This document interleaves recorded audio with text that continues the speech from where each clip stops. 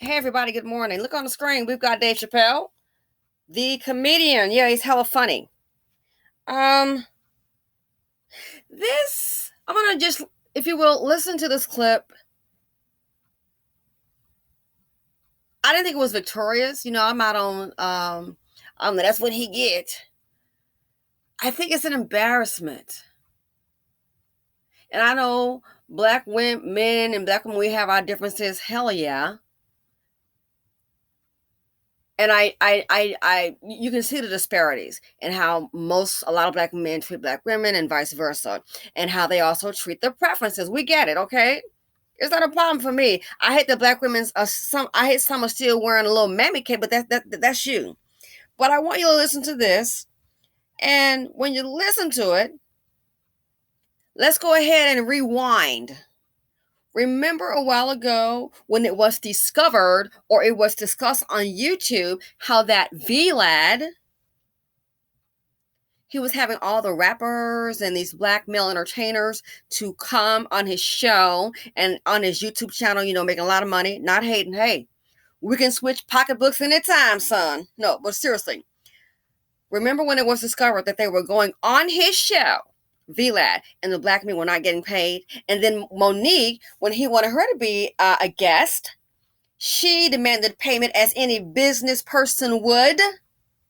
And then a lot of those black men were giving her flack. Why? Because they were showing up. They wouldn't get paid like that. And for her to say she want to get paid, there she goes. No.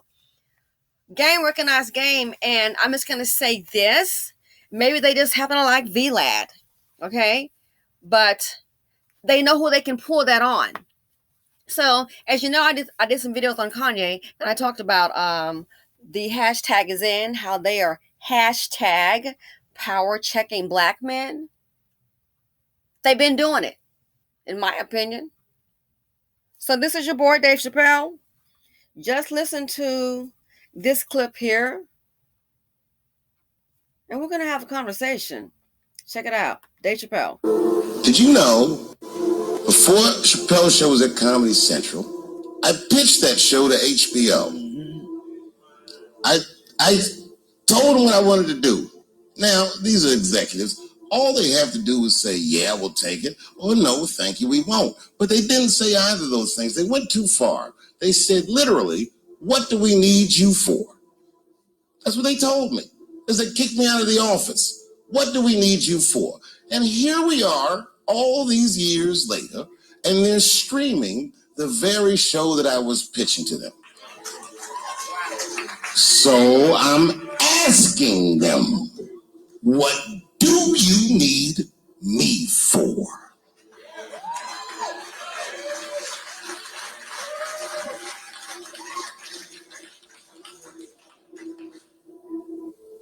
People think I made a lot of money for Chappelle's show. When I left that show, I never got paid. They didn't have to pay me because I signed the contract. But is that right?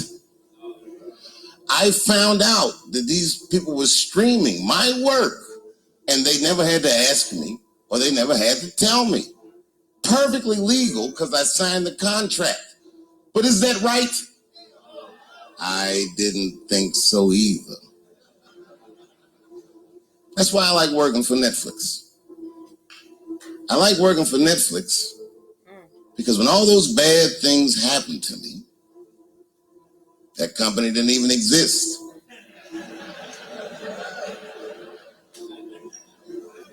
And when I found out they were streaming Chappelle's show, I was furious. How could they not know? So you know what I did? I called them and I told them that this makes me feel bad. And do you want to know what they did? They agreed that they would take it off their platform just so I could feel better. That's why I put Netflix. Because they paid me my money, they do what they say they're going to do, and they went above and beyond what you could expect from a businessman. They did something just because they thought that I might think that they were wrong. And I do. I think if you are streaming that show, you're fencing stolen goods. They stole that from me. They just took it. And I'm not up here trying to tell you guys that I believe that Comedy Central gave me a raw deal just because I'm black. I believe that they gave me a raw deal because this fucking industry is a monster. Sorry for the profanity.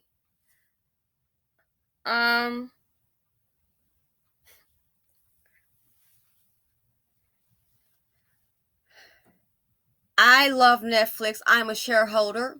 Better get y'all some Netflix. They do that to you because they can, because they know you don't really understand. That's why they can do that.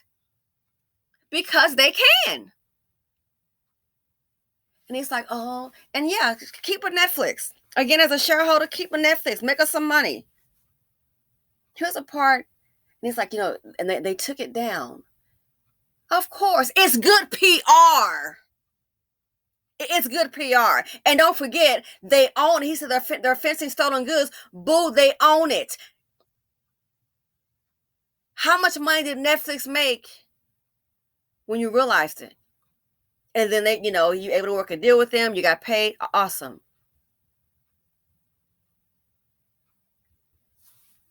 No, they did that because they can, and they know that you don't understand business. And what are the people that are around you? Did you not have your own attorney? And it's things like that. A lot of our people, you can't tell them nothing. Like the video I did on, again, on Patreon about them not playing fair. Some people, I already know. Did you experience that? I bet you don't know. And that's the whole thing about it. And don't think I'm trying to get your $5. Trust me. Some people are like, you're just trying to make some money. No, that's the problem with this group. And I love us for real. That's the problem. We think everything ought to be for freaking free. And then when you go ahead and everything that's free, guess what? The free shit's not really helping you. And I thought about it when I saw, a few comments, and that's fine. You're free to comment. And I was like, I said, that's kind of sad because there's stuff like that. You wonder why lawyers keep saying about people losing so much money because they don't want to listen. And that's the same thing here. I thought about it. The same thing with Monique. She wanted to get paid, went on VLAD, and oh my goodness, she was catching up those verbal hands on YouTube. They know you don't know. I hate to say this. I've realized this. The men on the screen, black men, even though, of course, they don't invest in their own community. I understand that. And it's made me realize these men are basically, even maybe subconsciously, some are doing it consciously, they are some of the biggest generational wealth creators for other people. And I'm sorry. That's how I see it. Our people are, the whole group is actually. The whole group is. Because we don't know. And someone wants to tell us something, we don't want to hear it. Listen to this. Now, did you hear the part about this when he said he pitched the for Comedy Central? He already pitched that to HBO, and then they did the show later. The HBO. I told them what I wanted to do. Now, these are executives. All they have to do is say, yeah, we'll take it, or no, thank you, we won't. But they didn't say either of those things. They went too far. They said, literally, what do we need you for? That's what they told me. They said, kick me out of the office. What do we need you for? He said, all right, the first time. They just could have said yes or no. They could have said, that after careful consideration, we respectfully decline, but thank you. And I thought about that. I said, wow, that's how they talking to him? What do we need you for? And he said they kicked him out of the office. Those things, they went too far. They said, literally, what do we need you for? That's what they told me. They said, kick me out of the office.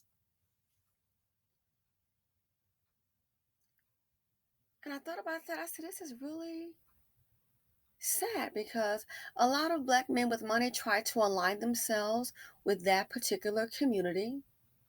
Like you're trying to watch the blackout feud with your daughters, but it's not working, boo. And I thought about it.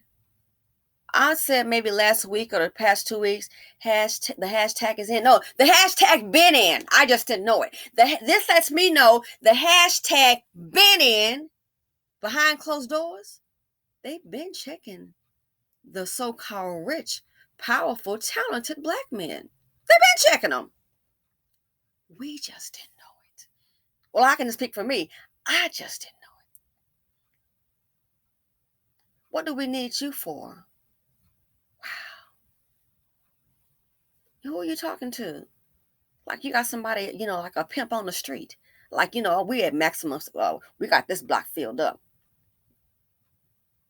What do we need you for? As they kicked him out of the office. So the hashtag has been in, they've been hashtag power checking black men. They've been doing it. And I find it interesting. And I thought about it. As some people have said in other videos, they're projecting. I can see clearly now the projection. They've been hashtag power checking black men. Now they're just coming out with it. Kanye put it more on display. And I thought maybe that's why some of these men, even when they become financially successful, because you can be financially successful but still damaged inwardly, mentally. And out of all that happens to you, they power checking you, murking you, beating you, incarcerating you.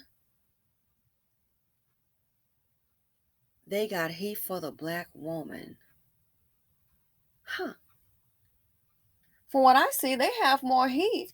I would say collectively they have more heat for the black woman, which I don't know why. That's a product of you. Most of the time, she's a product of you, boo. The generational curses that we inflict upon ourselves. You got heat for black women, but you don't have heat for the ones that's kicking you up out of the office. Why you can't get together and put your own stuff together? Oh, it's going to be hard work. Well, hell, life is hard to get with the program. But I thought about that. I said, wow.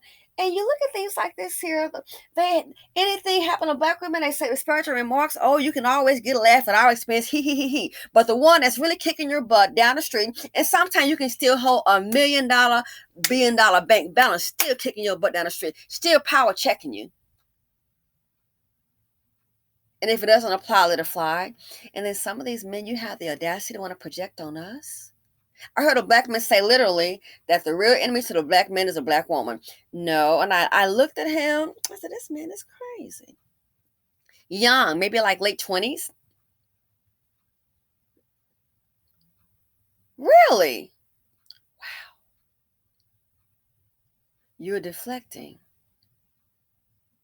Because no one stood up and paved the way for you to show you how to be a man. No one's commanding respect. And those that do try, on the BC, those are the kind of black men, if a black man stands up, that's the kind that gets killed. He'll get killed, he'll get murdered. And there'll be 50 Negroes that sit and ain't nobody same thing. That's the one that gets murked. This is part of the culture. And so when you get some that get to pop up here and there in these other spaces and places and make money, I thought about it. Behind closed doors, they might walk out with smiles. They are really talking to them like some on the back of your shoe. So yeah, I heard this and it was disturbing. I'm not a Dave Chappelle fan. Sure, he's funny. I don't know that much about the guy. I don't follow him and all that. But I thought about it and I said, what's that song? When I was a kid, like maybe elementary, they had, no one knows what goes on behind closed doors. We know what's going on behind closed doors. The hashtag has been in. They're very arrogant and comfortable in their space because they know they're not going anywhere, which, hey, I get it. And in positions of power, they have solidarity. They don't have self-hatred. That's how you can maintain that. They have knowledge.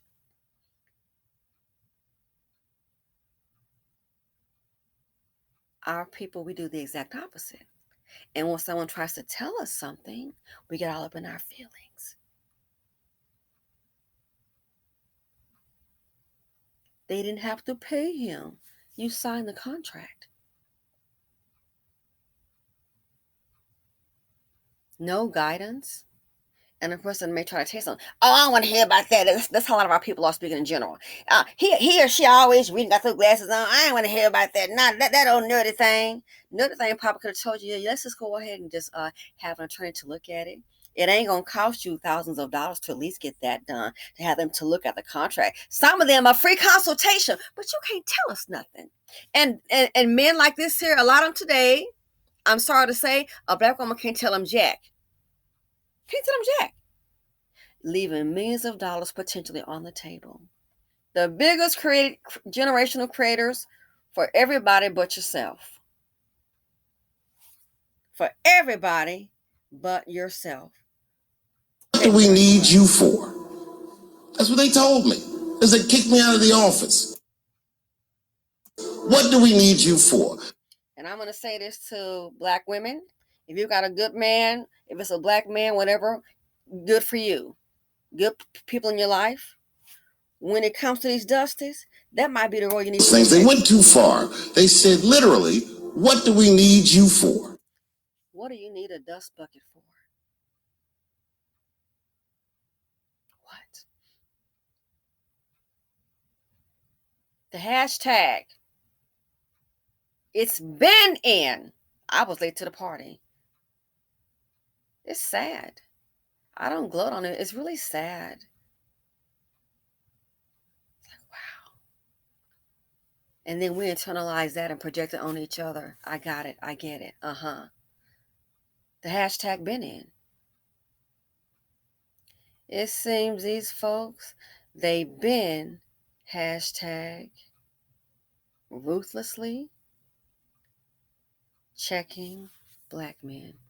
Hashtag power checking black men. Let me know your thoughts on it. Feel free to comment, like, subscribe, and share. I'm out.